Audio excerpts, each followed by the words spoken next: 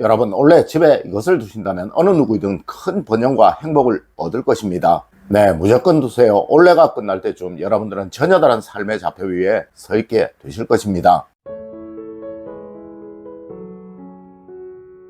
여러분, 안녕하세요. 이정민입니다. 여러분, 운을 바꾸고 변화시키는 일반적인 수단, 즉 누구나 할 수 있는 가장 쉬운 수단은 풍수적인 처방이 제일입니다. 네, 분명 이름을 바꾼다든지 하는 원론적인 수단도 있지만 아주 단순히 여러분의 집에 흐르는 기운만 바꾸어 주어도 절대 불행은 생기지 않는다는 것이죠. 네, 불행이 없는 삶을 살다 보면 하나 둘씩 여러분의 삶은 좋아지게 될 거예요. 물론 이것이 오랫동안 지속되다 보면 여러분들은 운의 선순환 속에 항상 무엇이든 다 되는 행복한 삶을 살게 될 것이고 말이죠. 첫 번째로 여러분, 올해 입구에 발매트는 꼭 두세요. 여러분, 올해는 무조건 들어오고 나가는 곳에 발매트를 두시는 것이 최고의 풍수적인 처방입니다. 네, 이것은 현관이 있을 것이고 또 화장실이 있을 거예요. 물론 방에는 두실 필요가 없습니다. 아마 인터넷 쇼핑 같은 것을 검색해보면 예쁘고 작은 발매트 얼마 하지 않을 것입니다. 혹 이것이 어려우시다면 깨끗한 수건이라도 한 장 깔아두세요. 맞습니다. 굳이 풍수적인 처방이 아니더라도 이것은 집에 꼭 있어야 하는 거예요. 네, 오가면서 발을 닦고 들어오게 되면 그 집안이 항상 청결할 것이니까 말입니다. 두 번째로 여러분, 집에 꼭 미니식물 두세요. 여러분, 집을 부흥시키고 번영시키는데 그 집에 생기를 강하게 해주는 것만큼 좋은 것은 없습니다. 네, 풍수에서는 생기가 강한 집이 몰락하는 경우는 절대로 없다고 말하고 있어요. 물론 사기가 강한 집은 무조건 기울어지게 된다고 말을 하고 있죠. 여러분, 집안에 생기를 강하게 해주는데 식물이나 동물만큼 좋은 것은 없습니다. 그리고 올해는 을사년이라 더더욱 미니식물이 좋아요. 네, 창가 근처에 미니식물을 두시면 항상 여러분의 가정에 생기는 공급될 것이고 이 정도만 해도 절대 여러분의 가정에 생기가 부족할 일은 없을 것이라는 거죠. 맞습니다. 제가 연초부터 미니식물 하면서 노래를 불렀었죠. 여러분, 이거 정말 얼마 하지 않아요. 한번 꼭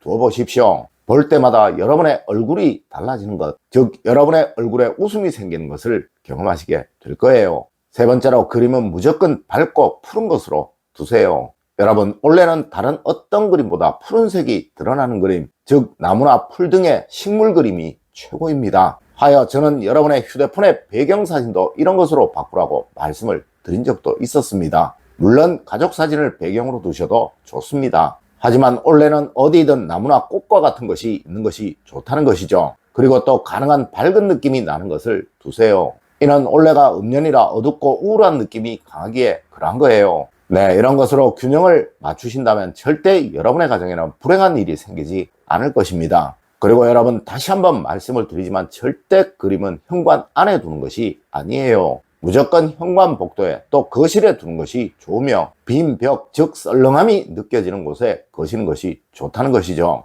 네 번째로, 여러분, 주방에 꿀은 보이는 곳에 꼭 하나는 두세요. 여러분, 원래 주방에 금색의 꿀이 있다면 그 집에 재물적인 부족이나 걱정이 생기는 일은 없을 거예요. 네, 항상 눈에 보이는 곳에 두시고 이것을 자주 드세요. 특히 올해는 어느 집이든 돈 문제가 참 많이 생길 것입니다. 과거부터 을사년은 무조건 그랬다는 것이죠. 하여 이를 방지할 운맞이 물건이 집마다 있어야 하는데 이 중 꿀이 제일입니다. 네, 꿀은 강한 양기의 상징이며 또 부유로움의 상징이에요. 여러분, 꼭 주방에서 잘 보이는데 하나만 두시도록 하세요. 다섯 번째로, 작은 휴지통을 방마다 하나씩 두세요.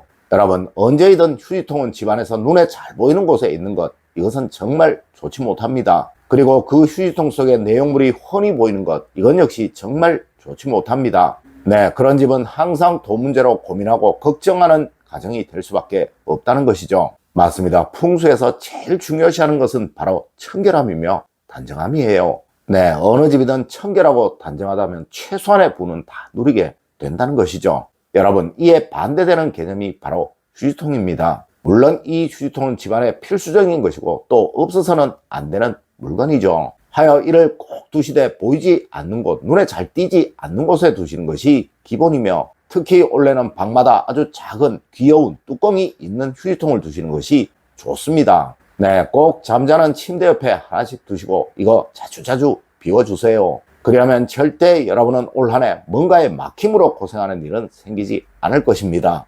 여섯 번째로 여러분 거실 소파 곁에는 꼭 이것은 두셔야 합니다. 여러분 올해는 음의 기운이 아주 강한 을사년입니다. 정말 힘들고 어려운 한 해가 될 거예요. 하여 집안에 양기를 강하게 해주는 물건이 꼭 필요한데 여러분의 가정에서 양기가 가장 강한 물건이 바로 책입니다. 그리고 또 풍수에서 집안의 기준, 즉 중심이 되는 곳이 바로 거실이며 이 거실의 중심은 바로 소파를 두는 곳입니다. 하여 거실 소파 주변에 책을 꼭 두시되 이것들을 정리를 잘 해서 두시는 것이 원래 필수적인 것이며 이로 인해 여러분의 가정은 불행이 없는 가정, 갈등이 없는 가정이 될 수 있다는 것입니다. 단 절대 함부로 흐트러지게 두지 마시고 정돈을 잘해서 두세요. 물론 이 책 자주 보신다면 더욱 좋을 것입니다. 일곱 번째로 여러분 현관과 창가는 무조건입니다. 여러분 올해는 무조건 현관과 거실 창가가 집안의 풍수적인 혈처입니다. 이것이 어떠냐에 의해 여러분의 가정은 불행하기도 할 것이고 또 행복하기도 할 것이며 또 항상 막힘을 겪기도 할 것이며 막힘이 없는 행복한 삶을 살기도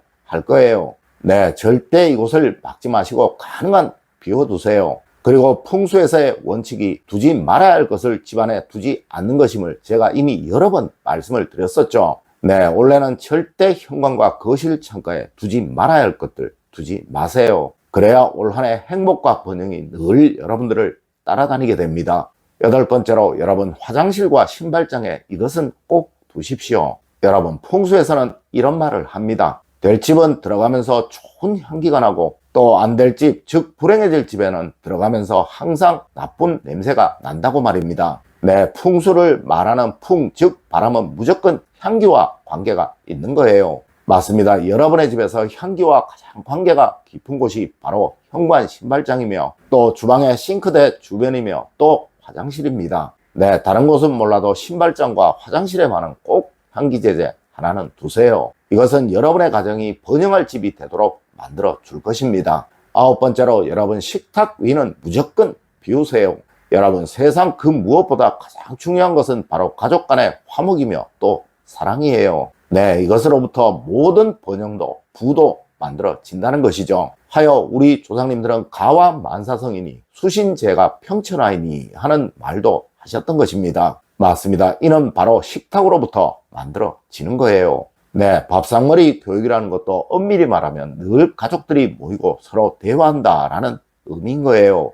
여러분 절대 식탁이 어수선하고 혼란스러운 가정에 행복이 만들어지는 경우는 없습니다. 이것은 항상 필요한 것을 제외하고는 늘 비워두시는 습관 가지세요. 특히 올해는 갈등과 대립이 아주 많은 때이라 이것은 정말 그 무엇보다 중요하다고 말할 수 있다는 것입니다. 여러분 오늘은 올해 집안에 무조건 있어야 하는 것에 관해서 이야기를 해드렸습니다. 오늘 제가 알려드린 이야기 여러분들 꼭 명심하시길 부탁드리며 오늘의 이야기를 마치도록 하겠습니다. 늘 올바른 학문과 올바른 지식을 여러분들께 전하도록 노력하겠습니다.